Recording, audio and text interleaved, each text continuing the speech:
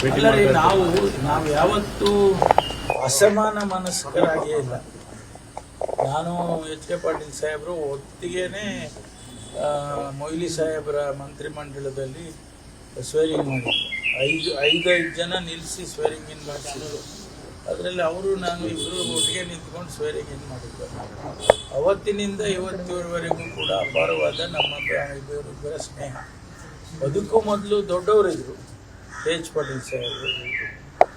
ಅವರು ನಾನು ಮೊದಲನೇ ಬಾರಿ MLA ಆದಾಗ ವೀರೇಂದ್ರ ಪಾಟೀಲ್ ಸಾಹೇಬರು ಮುಖ್ಯಮಂತ್ರಿಗಳಾದರು.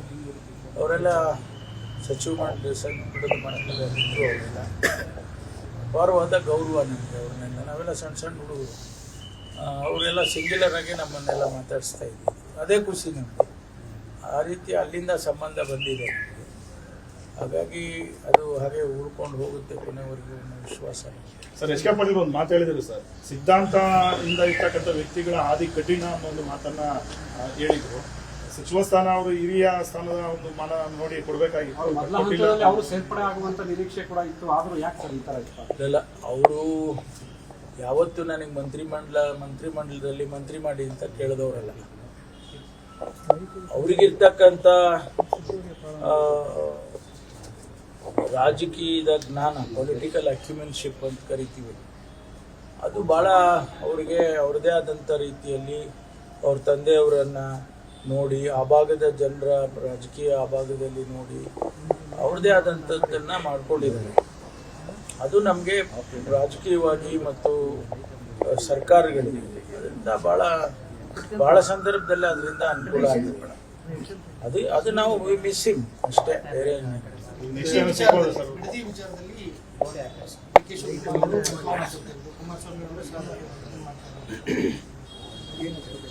ಹೌದು. ಈಗ ಪತ್ರ ಬರೆದಿದ್ದಾರೆ ಮುಖ್ಯಮಂತ್ರಿಗಳು ಶಿವಕುಮಾರ್ ಅವರು. ನಾನು 26ನೇ ತಾರೀಕು 11 ಗಂಟೆಗೆ ವಿಧಾನಸೌಧದಲ್ಲಿ ನಮ್ಮ team of ministers and officers ನಾವೆಲ್ಲ ಇರ್ತೀವಿ.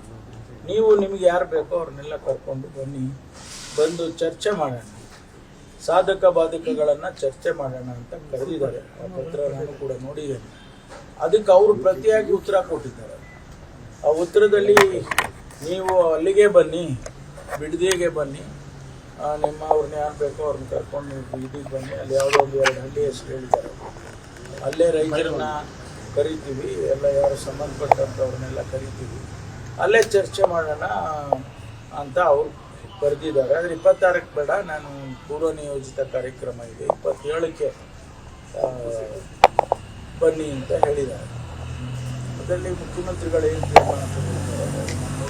ಈಗ ಸತೀಶ್ ಜಾರಕಿಹೊಳಿ ಒಂದು ಮಾತು ಹೇಳಿದ್ರು ಸರ್, ಬಿಡದಿ ಯೋಜನೆಯಿಂದಾಗಿ ಸರ್ಕಾರಕ್ಕೂ ಕೆಟ್ಟ ಹೆಸರು ಬರಬಾರ್ದು, ಒಂದೇ ಯೋಜನೆಯಿಂದಾಗಿ ಸರ್ಕಾರಕ್ಕೂ ಹೊರೆಯಾಗಬಾರ್ದು, ಇದ್ರ ಬಗ್ಗೆ ಕ್ಯಾಬಿನೆಟ್ ಅಲ್ಲಿ ತೀರ್ಮಾನಗಳಾಗಬೇಕು ಅಂತ ಸತೀಶ್ ಜಾರಕಿಹೊಳಿ ಇದೇ ಅಭಿಪ್ರಾಯ ಹೇಳಿದ್ದಾರೆ. ಯಾಕಂದ್ರೆ ಒಂದು ಯೋಜನೆಯಿಂದಾಗಿ ಇಡೀ ಸರ್ಕಾರ ಕೆಟ್ಟ ಹೆಸರು ಬರಬಾರ್ದು. ಇದರ ಬಗ್ಗೆ ಚರ್ಚೆ ಆಗಿಲ್ಲ ಅಂತ ಕ್ಯಾಬಿನೆಟ್ ಅಲ್ಲಿ ಚರ್ಚೆ ಆಗಿ ಎಲ್ಲಿಂದ ಹಣ ಒದಗಿಸ್ಬೇಕು, ಯಾವ ರೀತಿಯಿಂದ ಹಡ್ಕೋಯಿಂದ BDAಯಿಂದ ಎಲ್ಲ ಹಣ ಒದಗಿಸ್ಬೇಕು, ಅದ್ರ ಬಗ್ಗೆ ಎಲ್ಲ ವಿಸ್ತೃತವಾಗಿ ಚರ್ಚೆ ಆಗಿದೆ. ಚರ್ಚೆ ಆಗಿಲ್ಲ ಅಂತ.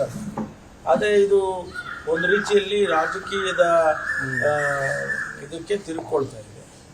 ಅದನ್ನು ಯಾವ ರೀತಿ ಅವಾಯ್ಡ್ ಮಾಡಬೇಕು ಪ್ರಾಜೆಕ್ಟನ್ನು ಅನ್ನೋದ್ರ ಬಗ್ಗೆ ಸರ್ಕಾರ, ಮುಖ್ಯಮಂತ್ರಿಗಳು ನಾವೆಲ್ಲರೂ ತೀರ್ಮಾನ ತಗೋತೀವಿ. ಅಲ್ಲ, ಕುಮಾರಸ್ವಾಮಿ ಹಿಂದೆ ಕಾಂಗ್ರೆಸ್ ನಾಯಕರು ಮಾತಾಡಿರುವಂತ ಸ್ಪೀಚ್ಗಳನ್ನ ಈಗ ಅವರು ಅದರಲ್ಲಿ ರಾಜಕೀಯ ಮಾಡೋದಕ್ಕೆ ಹೊರಟಿದ್ದಾರೆ.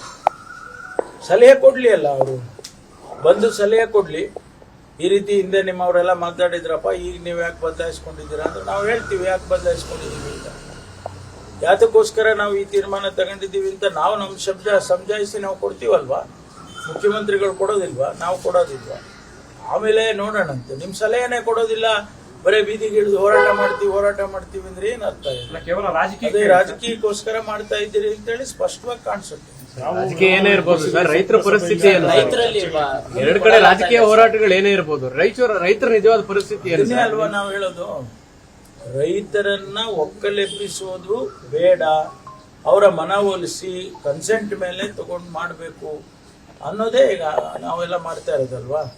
ಈಗ ಬಹಳಷ್ಟು ಜನ ಬಂದು ನಾವು ಕೊಡ್ತೀವಿ ಸ್ವಾಮಿ, ಇದೆಲ್ಲ ಒಣಭೂಮಿ ಇದೆ, ನಮ್ಗೇನಾಗೋದಿಲ್ಲ, ಇದರಿಂದ ನಮ್ಗೊಂದಷ್ಟು ಹಣ ಸಿಗುತ್ತೆ, ಹೆಚ್ಚು ಹಣ ಕೊಡಿ ಅಂತ ಕೇಳ್ತಾರೆ ಅವರು ಸ್ವಾಭಾವಿಕವಾಗಿ.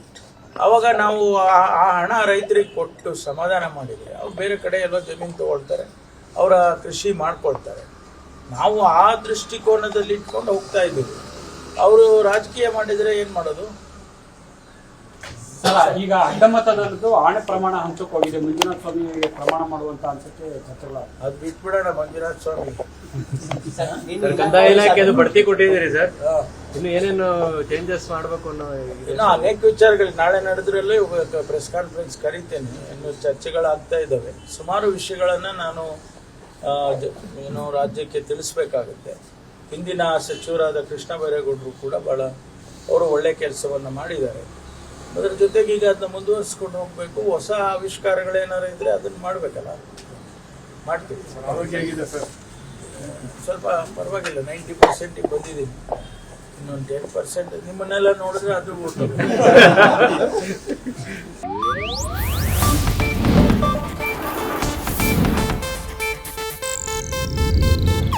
ಇದು ಏಷ್ಯಾನೆಟ್ ನ್ಯೂಸ್ ನೆಟ್ವರ್ಕ್ ಪ್ರಸ್ತುತಿ.